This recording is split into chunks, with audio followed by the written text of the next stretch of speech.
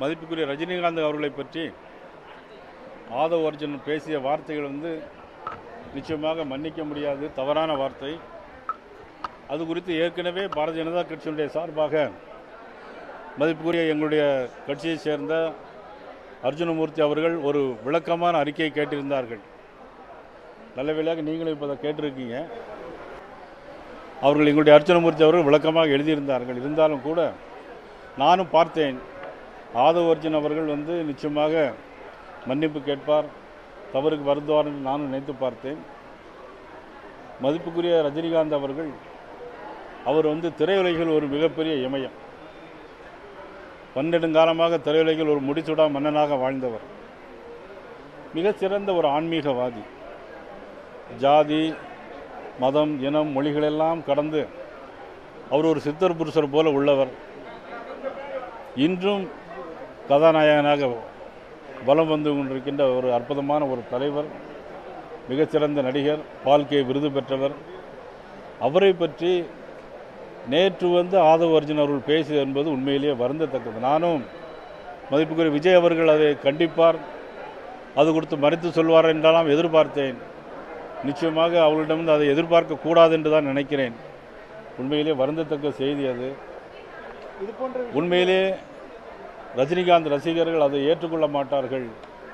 இனிமேலாவது ஆதவ் அர்ஜுன் அவர்கள் நிச்சயமாக ரஜினிகாந்த் ரசிகர்களிடம் நிச்சயமாக ஒரு வருத்தத்தை தெரிவிக்க வேண்டும் என்று நான் கேட்டுக்கொள்கிறேன். விஜய் இது வரைக்கும் அதற்கு எந்த வித கண்டனமோ அவங்க கட்சியை சார்ந்து இருந்தாலும் எது மன்னிப்பு கூட கேட்கல, எப்படி பார்க்குறீங்க?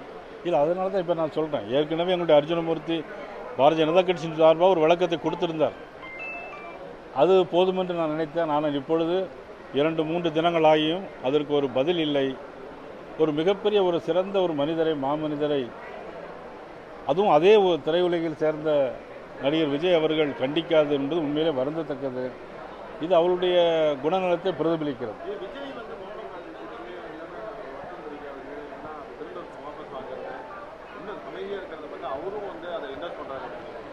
அதனால் நான் இப்போ சொன்னேன், அவருடைய எண்ணம் அதுவாக தான் இருக்கும் போல் எங்களுடைய உணர்வு தெரிகிறது. இனிமேலாவது வருத்தத்தை தெரிவிப்பார்கள் என்று நான் எதிர்பார்க்கிறேன். யாருங்க?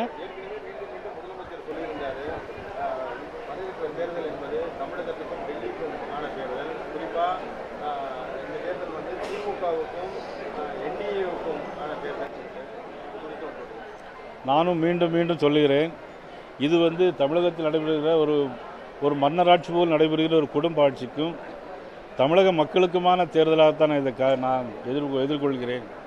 நிச்சயமாக தமிழ்நாட்டு மக்கள் இவர்களை தொடர்ந்து அனுமதிக்க மாட்டார்கள் என்று நான் நம்புகிறேன். நிச்சயமாக அப்படியே நடக்கும். திமுக என்றைக்குமே தொடர்ந்து 2வது முறை ஜெயித்ததே கிடையாது. அதற்கான வாய்ப்பே கிடையாது. அது வாய்ப்பை தமிழக மக்கள் நிச்சயமாக தரமாட்டார்கள். நாங்கள் ஜெயிப்போம். 200க்கும் மேற்பட்ட தொகுதிகளில் தேசிய ஜனநாயக கூட்டணி நிச்சயமாக வெல்லும். அதற்கான காலம் நெருங்கி கொண்டிருக்கிறது. தேர்தல் தேதி அறிவிக்கப்பட்டு விட்டாகிவிட்டது. எங்களுடைய பேச்சுவார்த்தை எப்போ வேணாலும் நடக்கும். நாங்கள் பேச்சுவார்த்தை நடத்தி தான் நாங்கள்லாம் ஒரு குடும்பம் மாதிரி இருக்கிறோம். நிச்சயமாக நாங்கள் எல்லோருமே தேவையான தொகுதிகளை பகிர்ந்து கொள்வோம். எவ்வளவு தொகுதிகளில் போட்டியிடும்? சரி, அதை நான் உங்களுக்கு 20 தொகுதி இந்த முறை எவ்வளவு 2 மடங்கு அதிகரிக்குமா? எங்களை பொறுத்தவரையில் எண்ணிக்கை என்பது முக்கியமாக என்று கேட்டால் எங்களுடைய எண்ணங்கள் தான் முக்கியம். எங்களுடைய எண்ணங்கள் எல்லாம் தமிழக மக்கள் ஒரு கஞ்சா இல்லாத தமிழகமாக, தினசரி படுகொலை நடக்காத தமிழகமாக, தினசரி கற்பழிப்பு சம்பவங்கள் நடக்காத ஒரு தமிழகமாக, 2 வயது சிறுமி முதல் 60 வயது பெண்கள் வரையிலும் கற்பழிப்பு சம்பவங்கள், கஞ்சா போதைப் பொருளை போட்டுக்கிட்டு ரோட்டில் போகிறவங்களெல்லாம் வெட்டுறாங்க. இது ஒரு ஊரில் மட்டும் நடக்கலை. நாங்குநேரில் நடக்குது, அடுத்த மறுநாள் சிவகங்கையில் நடக்குது. அண்ணாச்சி பொன்னார் கூட கேட்டாங்க, இது 2 குரூப்புக்குள்ளே நடக்குதா அப்படின்னு கேட்டாங்க. இல்லை, இது கஞ்சாவுக்கும் தமிழகம் நம்ம திமுகவுக்குமான ஒரு குரூப்பாக தான் இது நடக்குதுன்னு நான் சொல்லிட்டு இருந்தேன். தேசிய ஊடகங்களில் விஜய்க்கு 80 சீட்டு பிஜேபி பேசிக்கிட்டு இருக்கு அப்படின்னு தொடர்ச்சியாக போடப்பட்டிருக்கு. அதுக்கு பிஜேபி தரப்புலேருந்து நேரடியாக டெல்லி தரப்புலேருந்து எதுவும் மறுப்பு தெரிவிக்கல. அது உண்மையா? அப்படி பேசப்படுது? அதாவது நான் இப்போ உங்களோட தான் இருக்கிறேன். நான் டெல்லிக்கு போனோம்னா கூட பேச்சுவார்த்தை நடத்தணும்னு தான் நான் சொல்லியிருப்பேன்.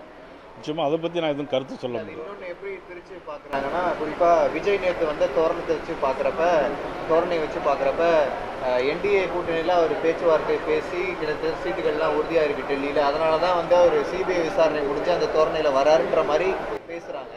நீங்கள் மறுப்பு தெரிவிச்சிருக்கீங்க ஒவ்வொரு முறையும். இல்லை அதாவது நீங்கள் சொல்கிற பார்த்தா ஒவ்வொருடைய பாடி லாங்குவேஜ் வச்சு நம்ம ஒரு கருத்து கணிப்பு சொல்லணும். பாடி லாங்குவேஜ் ஒவ்வொருவருக்கும் வித்தியாசமாக இருக்கும். சார், நாளைக்கு செந்தில் பாலாஜி போய் சிபிஐயில் ஆஜராகிறார். நீங்கள் பலமுறை ஒரு சந்தேகம் இருந்துச்சுன்னு சொல்லியிருந்தீங்க. கரூர் விவகாரத்தில் அந்த சதிகள் இருக்க வாய்ப்பு இருக்குன்னு சொல்லி பேசியிருந்தீங்க. செந்தில் பாலாஜி நாளைக்கு போகிறார், எப்படி பார்க்குறீங்க? இல்லை, அவர் போயிட்டு வந்த பிறகு தான் தெரியும் அதை பற்றி.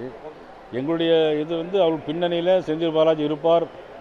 ஏன்னா அதனுடைய நோக்கங்கள் நடந்த சம்பவங்களை வைத்து சொல்லும்போது செந்தில் பாலாஜிக்கு அதில் பங்கு இருக்கிறது என்று தான் நாங்கள் சந்தேகப்படுறோம்.